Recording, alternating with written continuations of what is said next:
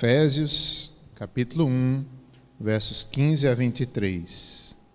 Essa igreja, ela tem muito a nos ensinar, como todas as outras, mas o tema de avivamento é muito presente, porque no registro de Apocalipse, nós vamos ver essa igreja sendo citada cerca de 30 anos depois, como aquela que perdeu o primeiro amor.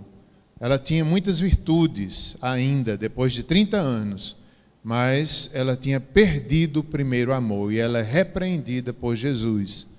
Ela precisava de um avivamento. Então, por isso que eu escolhi o livro de Efésios, que tem essa história, que só essa história em si já é uma grande lição. O risco que a gente corre de deixar que o amor a Deus esfrie, o amor ao próximo, que são formas de a gente medir, se é que podemos dizer assim, o nosso avivamento passa por isso. Como anda o nosso amor a Deus, como anda o nosso amor ao próximo. Será que tem esfriado? O da igreja de Éfeso esfriou depois de 30 anos e foi repreendida pelo Senhor Jesus Cristo. Então vamos olhar para essa igreja pensando nisso, pensando em cada um individualmente. O avivamento, ele é pessoal também. Deus pode avivar cada um de nós. Deus pode avivar igrejas, países, eu estava vendo o pastor Hernandes falar, se eu não estou enganado, foi na Romênia. Deus usou uma igreja de cerca de 80 membros para trazer um avivamento ali, para o país inteiro. Aquela igreja com 80 pessoas. Então, Deus faz em comunidades, Deus faz em pessoas, Deus faz em muitas pessoas, comunidades.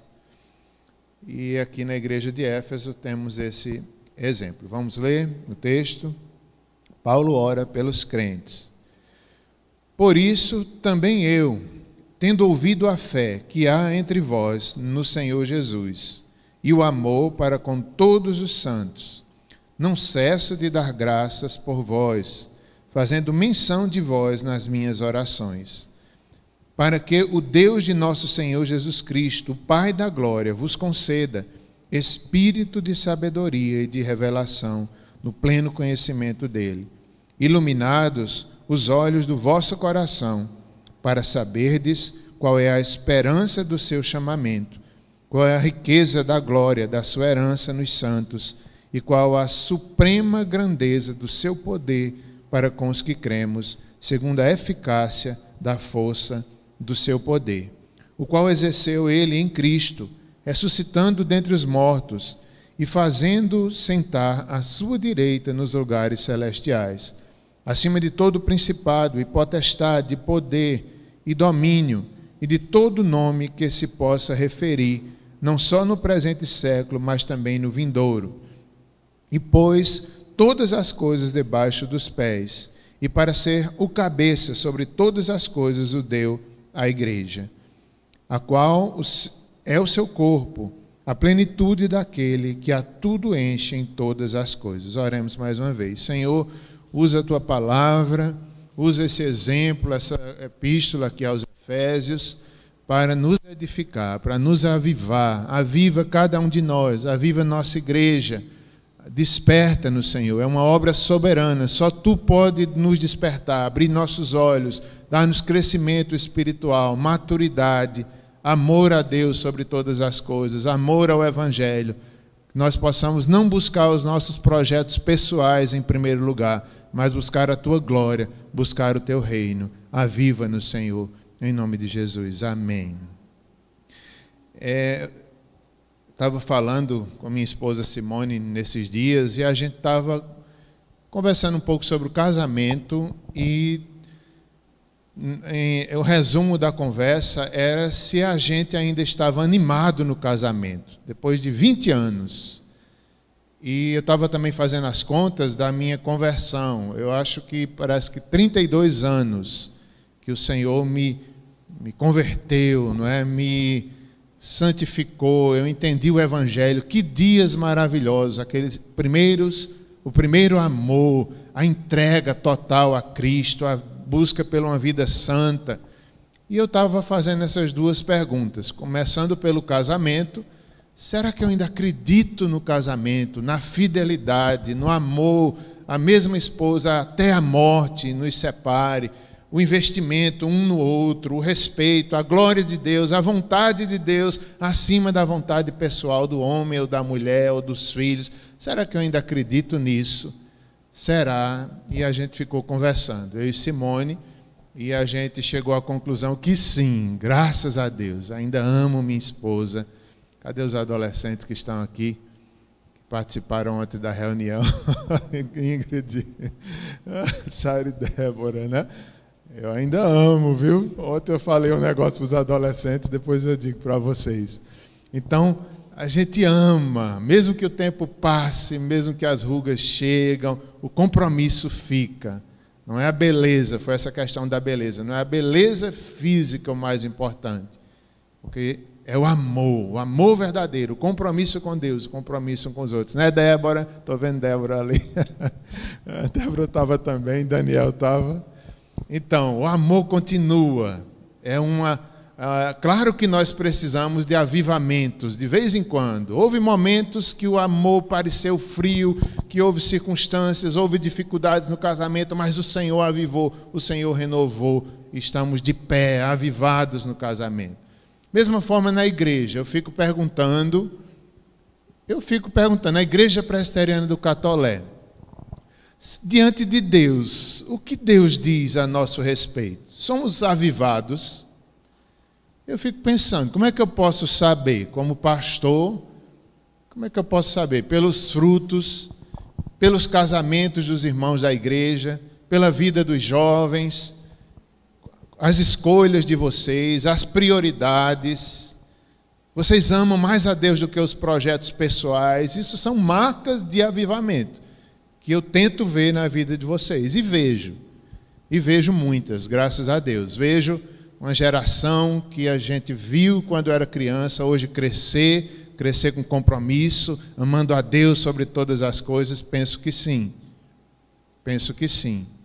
Mas, por outro lado, vejo outros desinteressados, outros que ou deixaram a igreja, ou estão na igreja, mas não estão avivados. Estão só participando. Vêm porque vêm, não sabem por que vêm, mas não tem o entendimento do Evangelho, não tem amor mesmo a Deus, e não praticam aquilo que ouvem no domingo.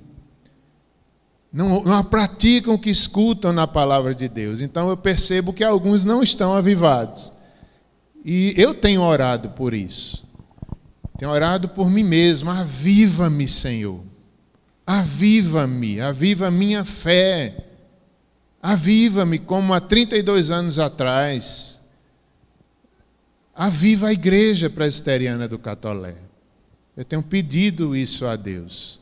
E não sou só eu, isso é um tema recorrente, é um tema que todos os pastores pensam, falam e se preocupam. Não sou só eu que penso nisso, mas nós não podemos esquecer, porque às vezes nós nem percebemos que não estamos avivados. Olhando um pouco para a história da igreja de Éfeso, nós, antes disso, só entendendo um pouco a palavra avivamento, o que é avivamento? É quando o Espírito de Deus é derramado sobre o seu povo. Quando o Espírito soberanamente é derramado, nos dando consciência, nos quebrantando, nos mostrando o Evangelho, nos mostrando Cristo. É uma ação do Espírito de Deus. Outro dia, nós fomos a Cabaceiras, agora, na última Santa Ceia. Meus irmãos, foi tão bom. Um culto simples, poucas pessoas ali, mas como a gente sentiu o Espírito Santo ali agindo, falando, trabalhando, na maior simplicidade do mundo. Eu voltei animado, Simone também teve a mesma percepção, e a gente voltou feliz. Graças a Deus, o Espírito está agindo na igreja de Cabaceiras, pelo que vimos e também pelo que sentimos. Outro dia, acho que foi domingo passado, estive nas duas congregações, de Pedra d'Água e também Boqueirão. Senti também, claro que a gente não mede pelos sentimentos, que são enganosos, mas às vezes a gente sente a Deus agindo, a gente vê isso, nos alegra. Em Pedra d'Água também, meus irmãos, que culto simples, irmãos simples, abençoados ali, como Deus falou para mim, Simone. O que eu sentia, Simone também sentia parecido. Interessante que as lágrimas desciam sem a gente nem querer. Aí eu digo, ainda bem que a gente está de máscara, porque enxuga até as lágrimas e ninguém vê nem que a gente está chorando. É até bom. E a gente dizia como Deus nos renovou, nos fortaleceu, a palavra de Deus ali sendo dita e sendo pregada. E em Boqueirão à noite, de forma semelhante também, nos alegramos ali. Em Boqueirão à noite foi diferente, né? Eu vi ali o presbítero Adilson com sua esposa, com os 3 filhinhos ali na frente. Na hora de ler a Bíblia, eles ficaram de pé. Adilson veio, ficou junto da família, pegou a Bíblia, colocou para o pequenininho ler. Eu achei tão lindo, isso é avivamento. O nosso obreiro está ali, trabalhando, batalhando, pregando o Evangelho, cuidando dos filhos com honra, cuidando da família. Isso é avivamento, irmãos. Então, como pastor, eu olho, as congregações, será que é melhor fechar tudinho? Ou vale a pena? Ou Deus está agindo em todas elas? Mesma forma a igreja do Catolé. Será que é melhor a gente fechar? Ou nós estamos provando o Evangelho, vivendo o Evangelho? Então, tudo isso a gente se pergunta, em tempos de avivamento, em avivamento pessoal, vale a pena continuar?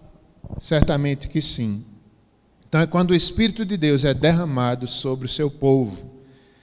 Geralmente, os avivamentos que encontramos na Bíblia, num contexto de declínio espiritual e moral da igreja e também da sociedade, principalmente da igreja, como estamos nós, tempos de declínio moral e espiritual, precisamos clamar e pedir por avivamento.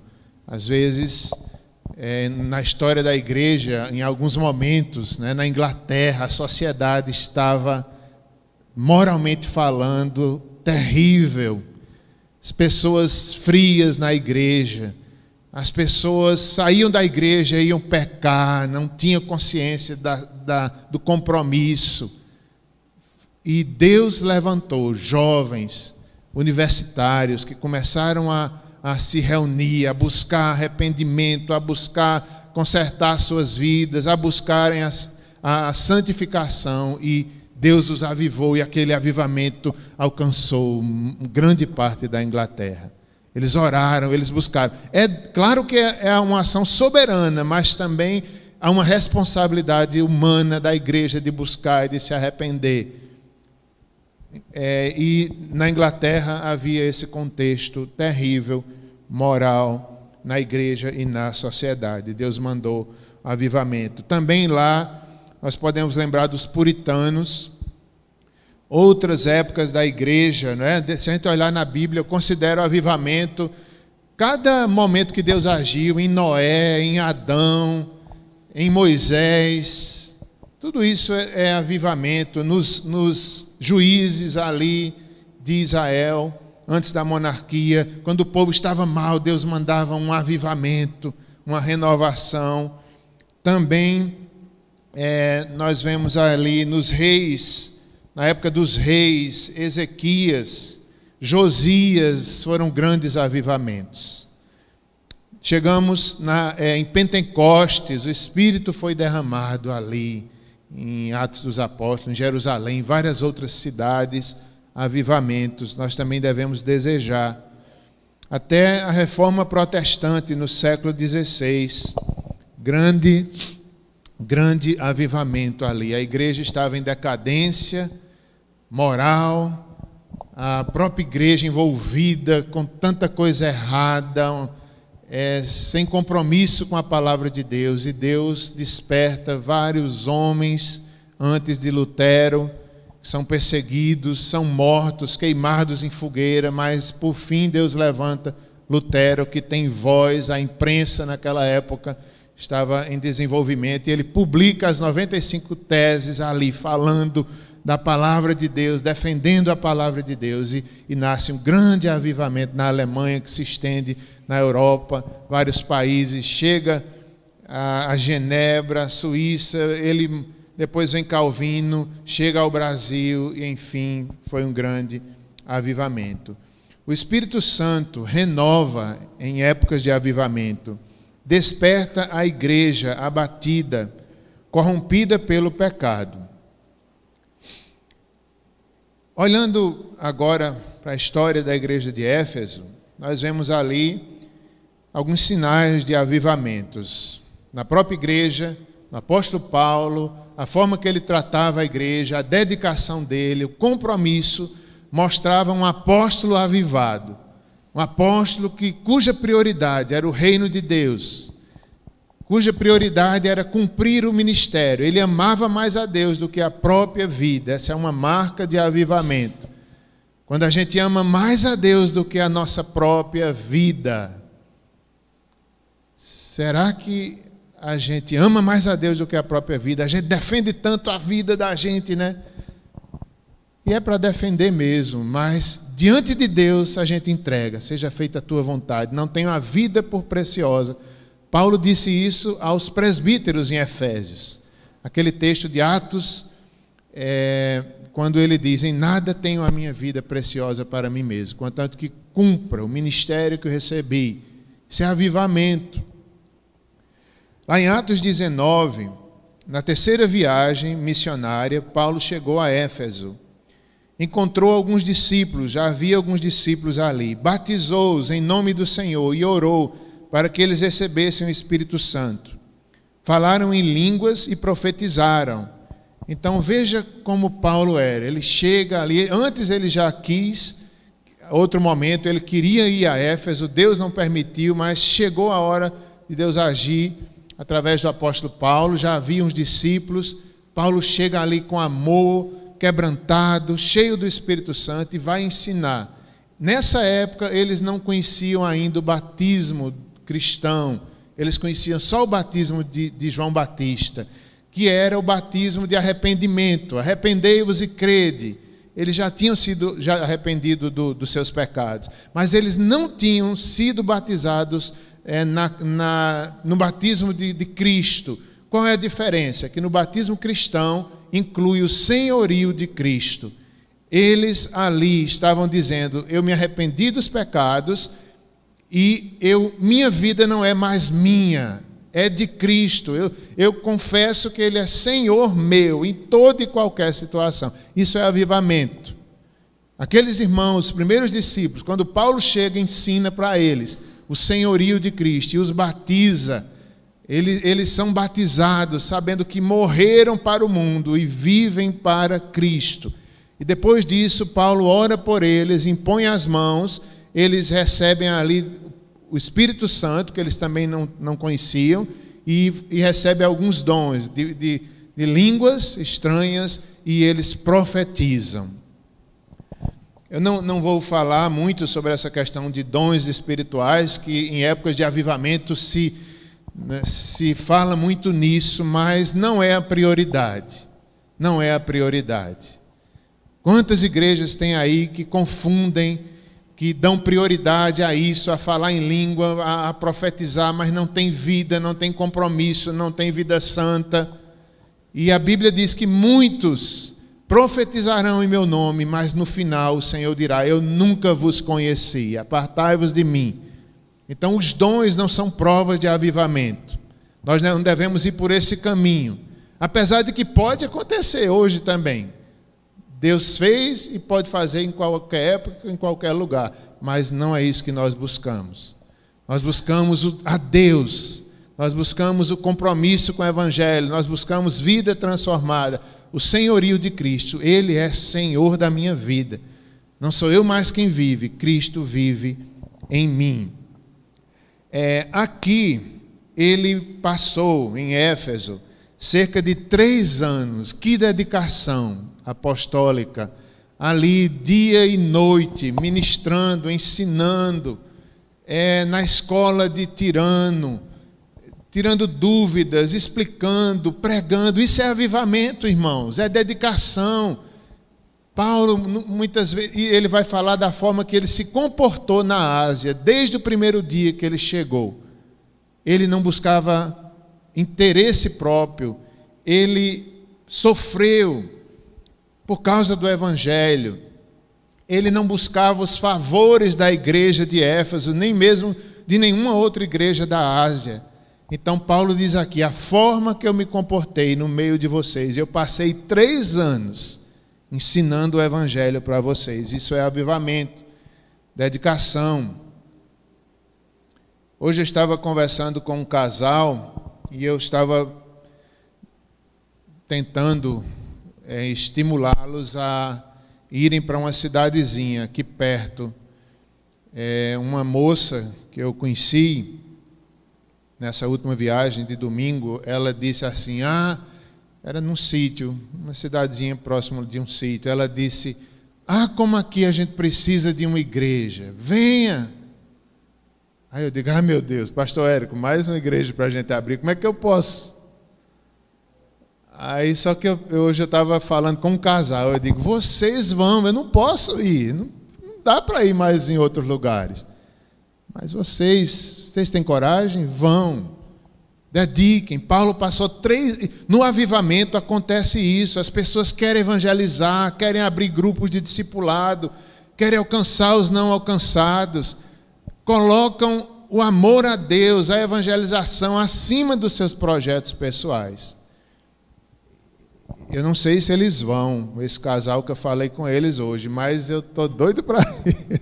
Eu não sei se podemos, pastor. Eu não sei. Alguém aqui quer ir? Hein, presbítero Silvio? Estou olhando para você assim também. Quem sabe, hein, presbítero Silvio? Não é? Irmão Ailton gosta muito também. Eu não sei.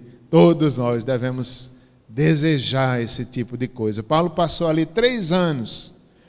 Como era a cidade de Éfeso? Era uma grande cidade. Ela tinha sido muito famosa, muito próspera, mas que na época onde havia a igreja cristã lá, ela já tinha declinado um pouco economicamente.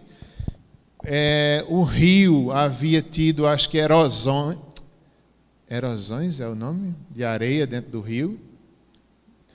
Erosão, não é? O rio ficou cheio de terra, o porto ficou complicado. Assoreamento, Valeu, Cícero, trabalha aí com as águas, né? Então, Éfeso sofreu isso. Então, o porto ficou complicado, as riquezas diminuíram, mas ainda havia muita riqueza, por causa do templo da deusa Diana, ainda estava lá, forte, ela era a deusa ali de toda a Ásia, era uma deusa honrada. Havia uma sala no templo onde havia uma imagem da deusa Diana. E foi um desafio para o Evangelho, um desafio para Paulo, que foi perseguido. Eles se reuniram lá e um certo ourives foi contra Paulo, acho que era Demétrio o nome dele, e ele ganhava muito dinheiro vendendo as questões de idolatria, e o povo se convertendo, ele estava perdendo dinheiro. Então se reuniram para perseguir Paulo, e gritaram por cerca de 2 horas, grande é a Diana dos Efésios. Então assim a igreja foi perseguida ali naquela época. Era a capital da província romana, da Ásia. Tinha sido uma grande potência comercial, declinou, principalmente porque a erosão atingiu o rio. A cidade era rica ainda, principalmente pelo templo de Ártemis, deusa da fertilidade, que era a mesma Diana. Isso aí. Então, Atos 20 fala um outro momento da igreja de Éfeso, quando Paulo e os presbíteros de Éfeso se reúnem. Paulo os manda chamar, ali no capítulo 20, eu acho que é em Mileto, e assim Paulo fala do seu comportamento entre eles, como já disse no verso 19, servindo ao Senhor com toda humildade, lágrimas e provações, mais uma marca de avivamento. Humildade, lágrimas e provações. Paulo era um apóstolo avivado. Ele sabia suportar as lutas pelo Evangelho. Isso é avivamento. No verso 33, tendo dito essas coisas ali com os presbíteros, ajoelharam-se e houve grande pranto entre todos. Abraçando afetuosamente, o beijavam. E é lá também que Paulo disse: em nada tenho a minha vida como preciosa para mim mesmo, contanto que complete a minha carreira e o ministério que recebi do Senhor para testemunhar o evangelho da graça de Deus. Então, aqui no capítulo 20, a gente vê um momento ali, o amor de Paulo com a igreja, com os presbíteros. Isso é uma marca de uma igreja avivada, onde os presbíteros amam um ao outro, os pastores, a igreja busca o bem comum, não há disputas, não há politicagem dentro da igreja, mas é buscando o reino de Deus. Eles o amavam, eles ali queriam impedir Paulo de ir a Jerusalém, porque eles perceberam pelo Espírito, houve uma profecia também dizendo que em Jerusalém ele sofreria muito. E disseram: Paulo, não vá, Paulo, você vai sofrer em Jerusalém. E ele disse: eu vou e nada considero a minha vida preciosa para mim mesmo, desde que cumpra o ministério que recebi do Senhor. Então, que avivamento, uma igreja saudável, que se amava. Paulo, que está ali disposto a dar a própria vida para pregar o evangelho. Ele vai a Jerusalém. Ele chega quase a repreender aqueles presbíteros: por favor, não me emocionem. Né? Se fosse talvez a gente ia dizer: eita, houve uma profecia, eu não, vou livrar minha pele. Paulo não se intimidou: eu vou sim pregar o evangelho. Que avivamento, que avivamento. Se ajoelharam e houve grande pranto entre todos e o beijavam. Assim, meus irmãos, vamos novamente dar uma passadinha pelo texto que foi lido, tirando algumas lições sobre o mesmo tema. Foi lido no início, capítulo 1 de Efésios, verso 15 até o 23. Então vamos ver algumas lições ainda.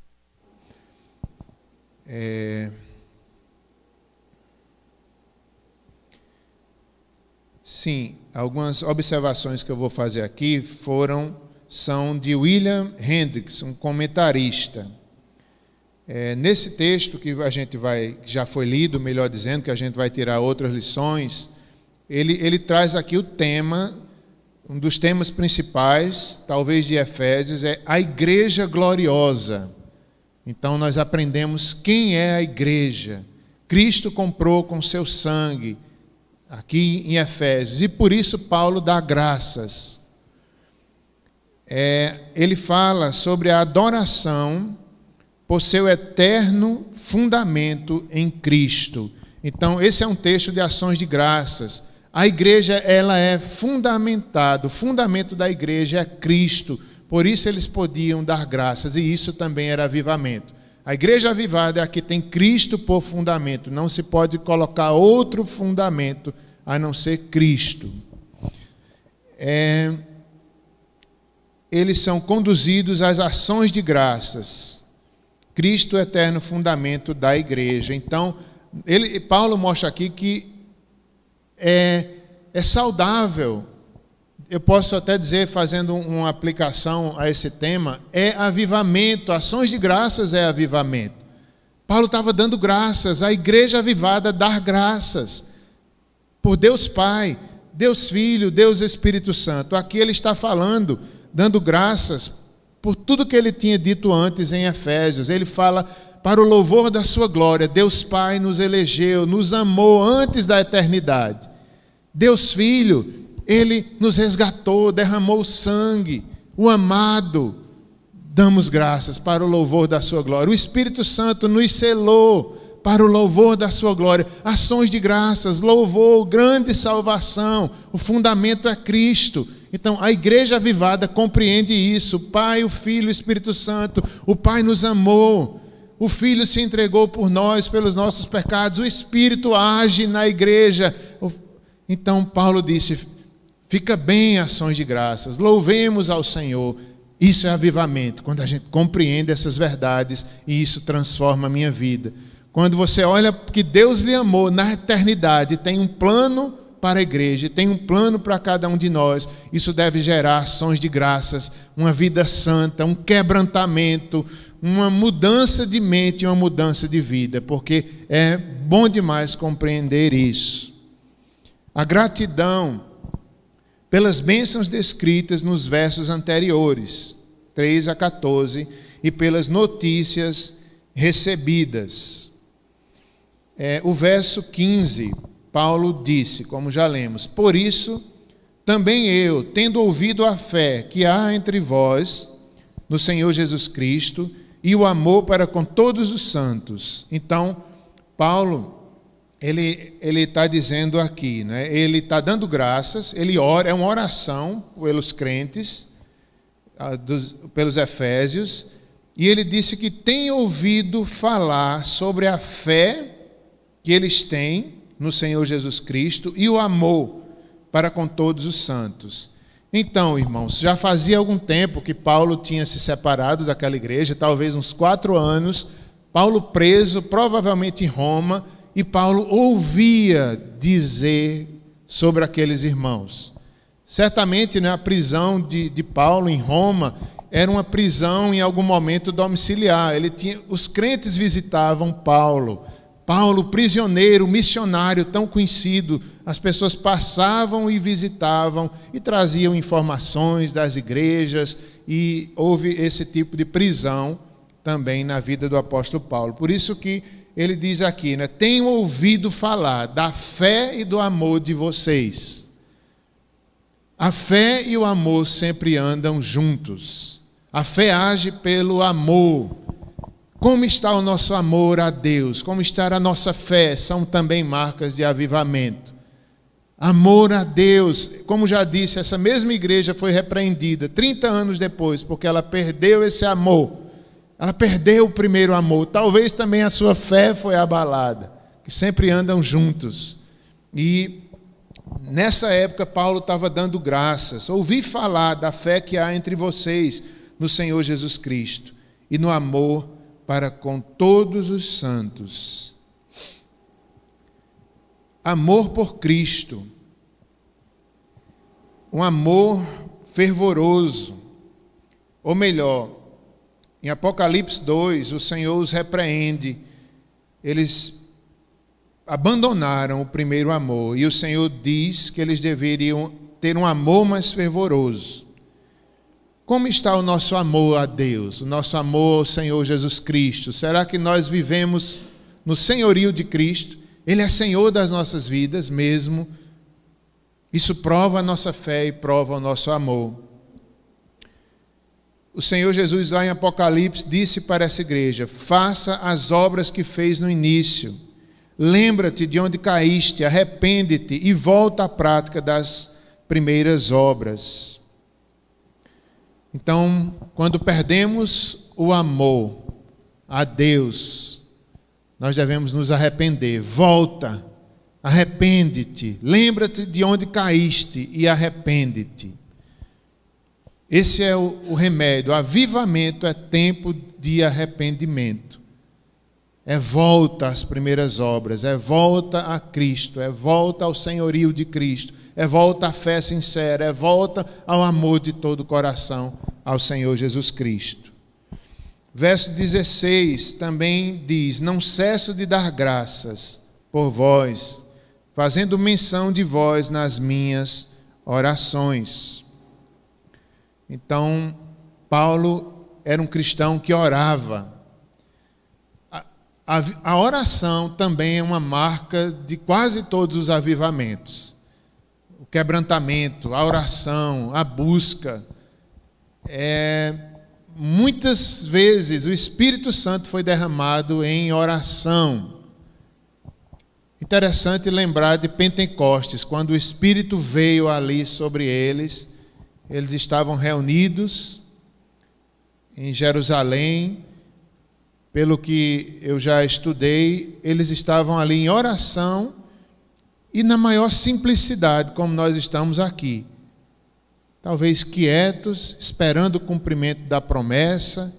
De repente, como que um vento impetuoso veio sobre eles e foi derramado sobre eles o Espírito Santo. Então, é assim, irmãos, às vezes é na simplicidade, quando estamos trabalhando, quando estamos no culto, o Espírito nos aviva, nos fortalece. Isso é avivamento, vem na hora que Deus quer, quando quer, às vezes na maior simplicidade. Às vezes em oração simples, em oração quebrantada, em oração humilde, o Senhor nos renova, o Senhor nos convence do pecado e nós somos avivados. O verso 17 em diante vai falar sobre o conteúdo da oração de Paulo. Meu Deus, eu fico impressionado as orações de Paulo. Bem diferente às vezes das nossas. Talvez se fôssemos nós que estivéssemos orando por uma igreja, eu não vou fazer isso agora, mas eu fico imaginando, né? Se eu fosse orar pela igreja de Boqueirão, o que é que a gente pediria, pastor Érico? Eu pediria, Senhor, dá um templo novo à igreja de Boqueirão e de Cabaceiras. Senhor, manda muito dinheiro, Senhor, que eles vão precisar para a construção. Senhor, faz estrada nova daqui para lá. Senhor, a gente só pensa nessas coisas.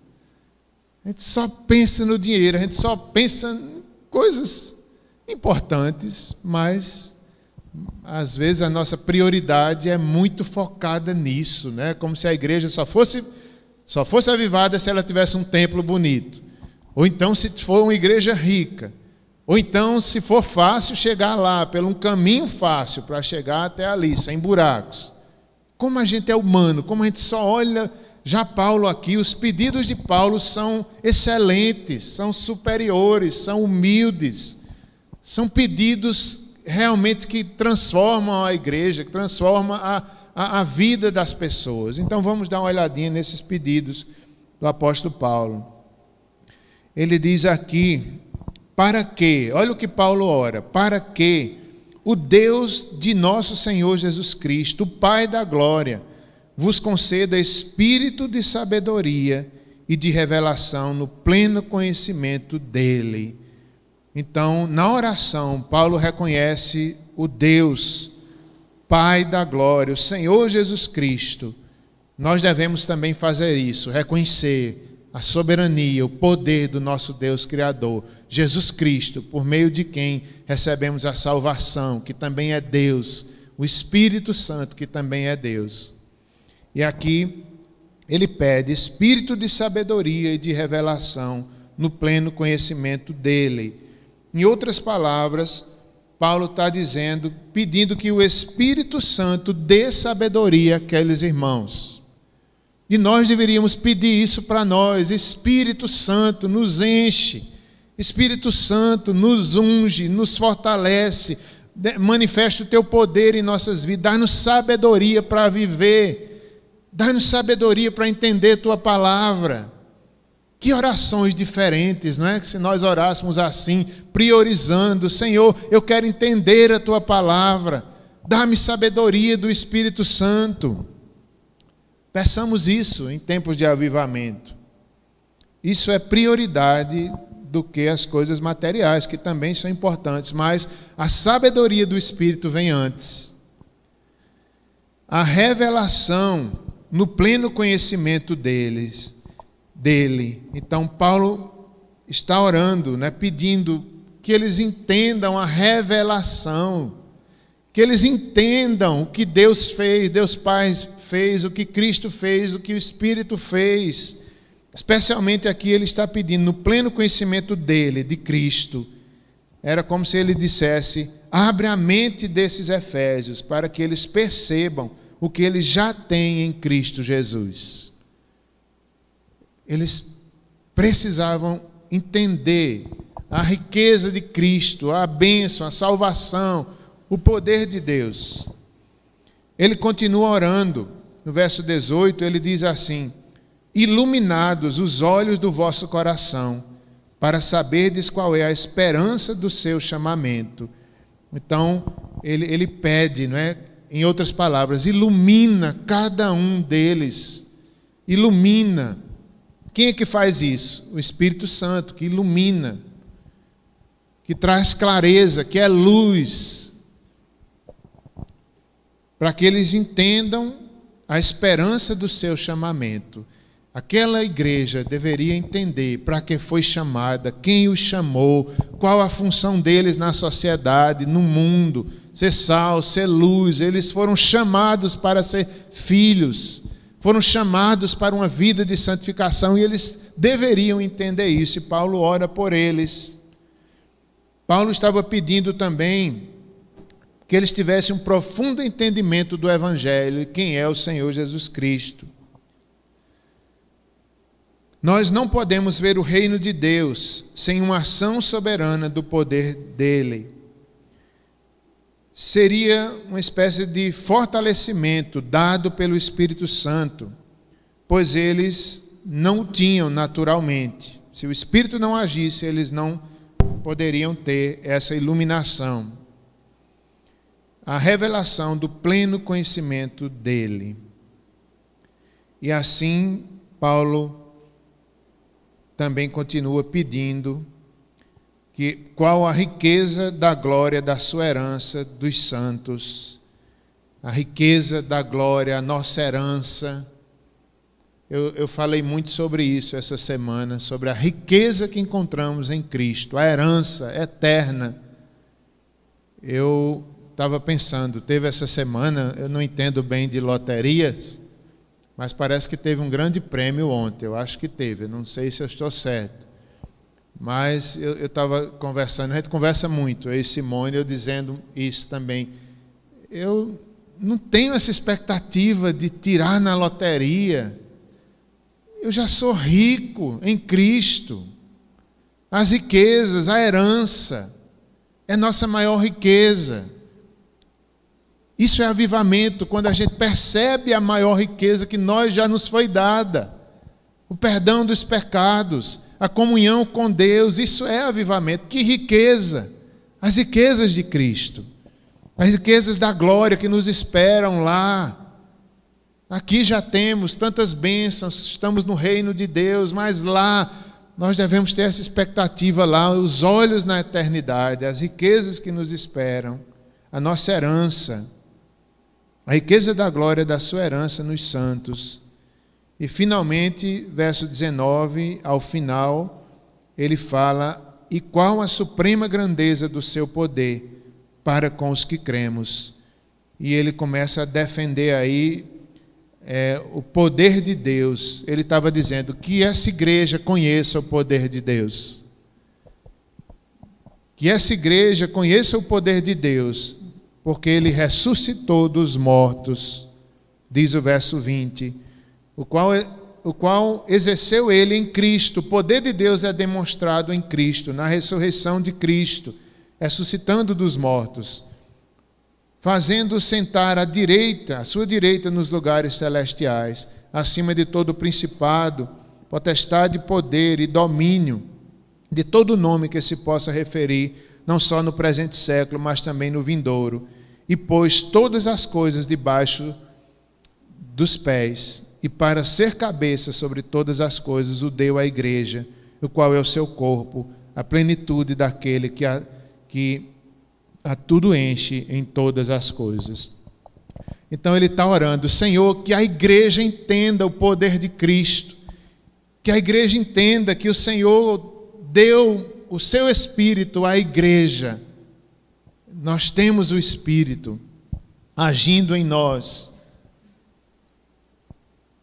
Que a igreja entenda que Cristo ressuscitou dos mortos pelo poder de Deus, e esse mesmo poder habita em nós. Cristo, estamos estudando Apocalipse, né? Ele é o primogênito dentre os mortos, ele é a fiel testemunha. Significa que Cristo é o primeiro a ressuscitar, e um dia todos nós ressuscitaremos por este poder. Aquele poder que, não sei se vai dar tempo a gente estudar o texto do profeta Ezequiel, do vale de ossos secos, né? Que o Espírito vem sobre os ossos. e os ossos revivem e formam um grande exército. Então, é o poder que vem sobre nós, sobre a igreja, nos avivando. Nós que estávamos mortos, somos avivados pelo poder que ressuscitou Jesus. Esse mesmo poder. O nome de Jesus está acima de todo nome, todo principado, potestade. E pôs todas as coisas debaixo dos pés. Cristo tem toda a autoridade. Ele é o cabeça sobre todas as coisas e o deu à igreja. Bem, irmãos, eu quero só finalizar trazendo algumas poucas aplicações e exortações também. Então, coloquei aqui algumas coisas que eu pensei sobre nós, sobre mim mesmo, e vou tentar aplicar para a gente finalizar. Pastor Érico, hoje de manhã, dando aula, eu gostei muito de uma parte lá que eu vou repetir agora. A atitude de João e a atitude do profeta Isaías quando ouviram a palavra de Deus. Deve ser a atitude que nós também devemos ter ao ouvir o Evangelho, ao ouvir as verdades, as riquezas de Deus. Nós devemos ter uma atitude de quebrantamento. O que é avivamento? Avivamento é você escutar tudo isso hoje e você não esquecer durante a semana. Você buscar ser mais santo, você buscar o senhorio de Cristo, você buscar conhecer mais da palavra, para que o avivamento dure, para que o avivamento não seja só na hora do culto, mas você tome essa palavra para si e pratique. O que foi que nós vimos nessa manhã? A atitude do apóstolo João, quando viu Jesus ressuscitado ali, trazendo o seu comissionamento, diz o texto que ele caiu como morto. Quando nós ouvimos Deus falar, nós deveríamos temer, tremer. Lá quando Deus falou com Moisés no Monte Sinai, quando o Senhor falava com voz de trombeta, eles tremiam e temiam diante da voz do Senhor. Isso é avivamento. Quando a gente teme, quando Deus fala e a gente diz, aplica isso na minha vida, Senhor, dá-me ouvidos para ouvir a Tua palavra. Isaías, quando viu também o Senhor assentado no alto e sublime trono, Isaías 6, ele disse, ai de mim. Quando a gente está no avivamento, quando a gente escuta Deus falar, a gente diz, ai de mim, sou pecador. Ai de mim, Senhor, tem misericórdia, aviva-me. Como eu estou longe de Ti. A gente percebe como a gente está longe de Deus. Nós deveríamos ter essa atitude de avivamento. Ai de mim, Senhor. Quando ouvimos a palavra, devemos ter semelhantes reações. Segunda aplicação e exortação. Nós devemos amar a Deus e ao próximo.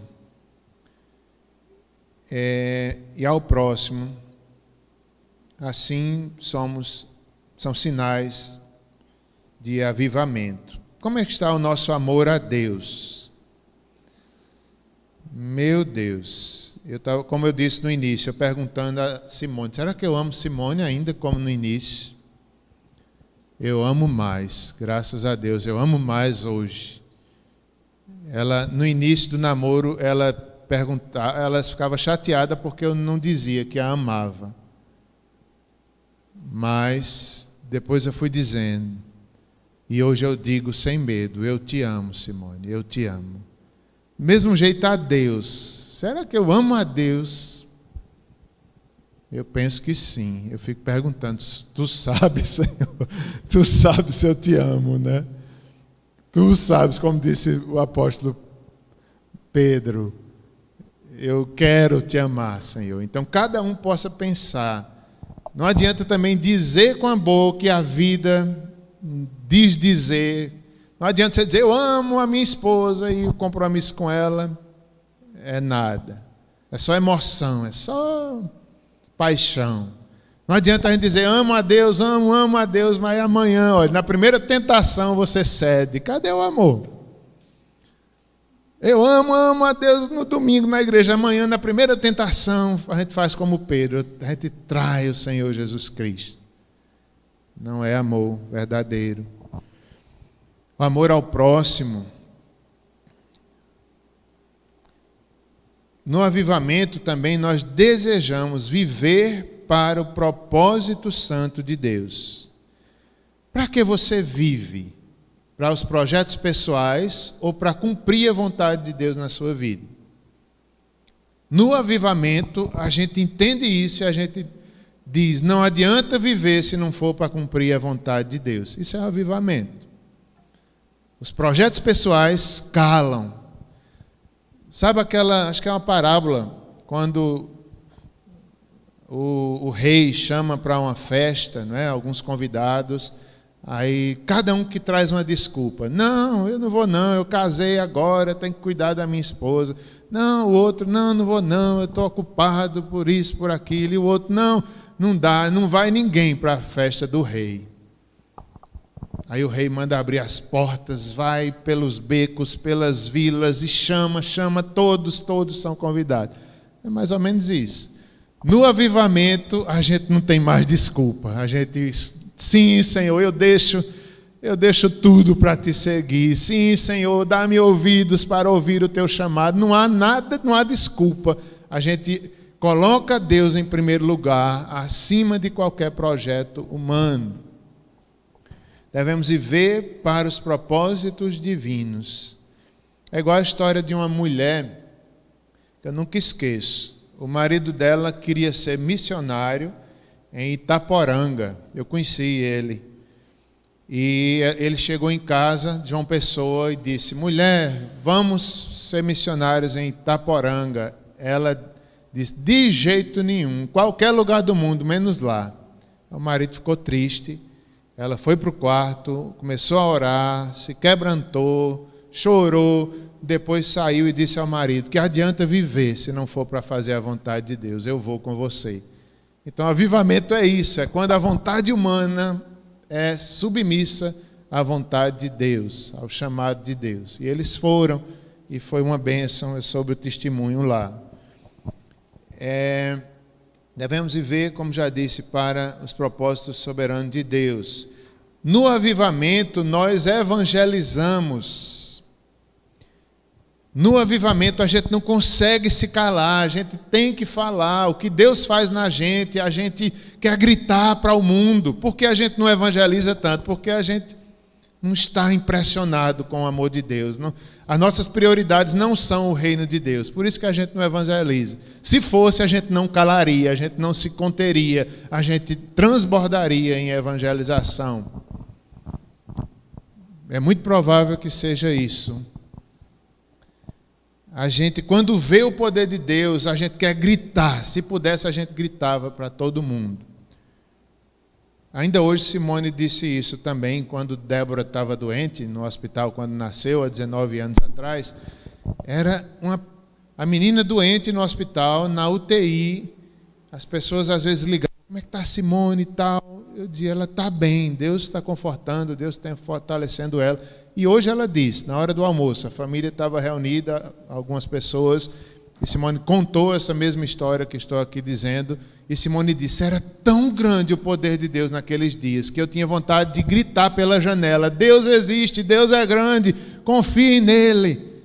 Uma filha doente, ela toda operada, e ela provando do poder e da graça de Deus, e ela queria contar para os vizinhos e para os outros. Isso também é avivamento. Quando Deus nos enche, a gente não consegue, a gente quer proclamar a palavra de Deus. Evangelismo. No avivamento também, nós vemos nossos filhos se convertendo, jovens da igreja, um compromisso sério com o evangelho.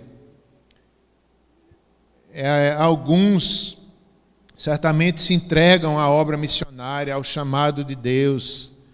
Outros vão ser profissionais em qualquer área honesta, mas serão avivados no que fazem, farão com honra, seja universidade, seja um trabalho, serão honestos e pregarão o evangelho através das suas vidas. Os filhos, não é? Alguns avivamentos acontecem em algumas igrejas quando os jovens vão se afastando, quando os filhos dos crentes vão se desviando. É hora de orar por um avivamento.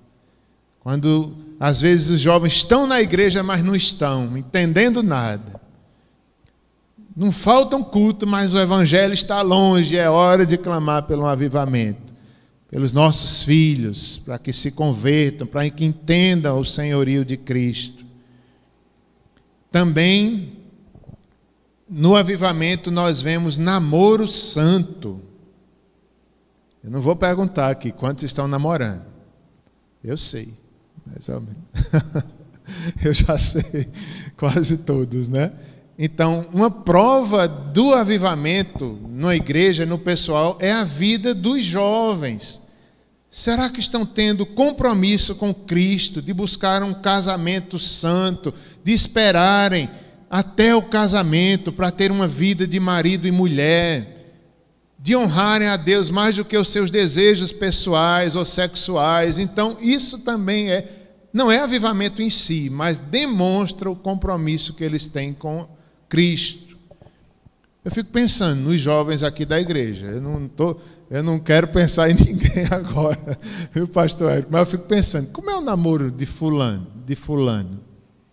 Será que eles são santos quando ninguém está vendo eles? Quando os pais deles não estão por perto? Quando o pastor não está perto? Quando o pastor chega, todo mundo fica avivado, né? Amém, pastor, glória a Deus, está tudo na bênção aqui. Ô, povo avivado. Mas na intimidade, no compromisso, casamento, diante de Deus que tudo vê, é uma prova do avivamento. É uma marca, né, se é que a gente pode entender assim, eu entendo como uma marca. A expectativa de trabalho, de tudo isso, namoro santo. Coloquei aqui e vou ler para vocês. Eu fico triste com o namoro de muitos jovens. Eu já vi tanto namoro dentro da igreja. O que é que acontece? Quando eu vejo, aí, pastor, a gente vai casar. Eu digo, que bom. Pastor, ela está grávida, pastor. Eu digo, meu Deus, eu pensava que eles estavam se guardando para o casamento, não estão. Eu fico triste, eu vou casar, eu vou exortá-los ao arrependimento, Deus perdoa. Eu também pequei, quem não pecou, mas eu fico triste, que não era para ser assim. Deus vai perdoar? Vai. Eles podem ter um casamento abençoado? Pode.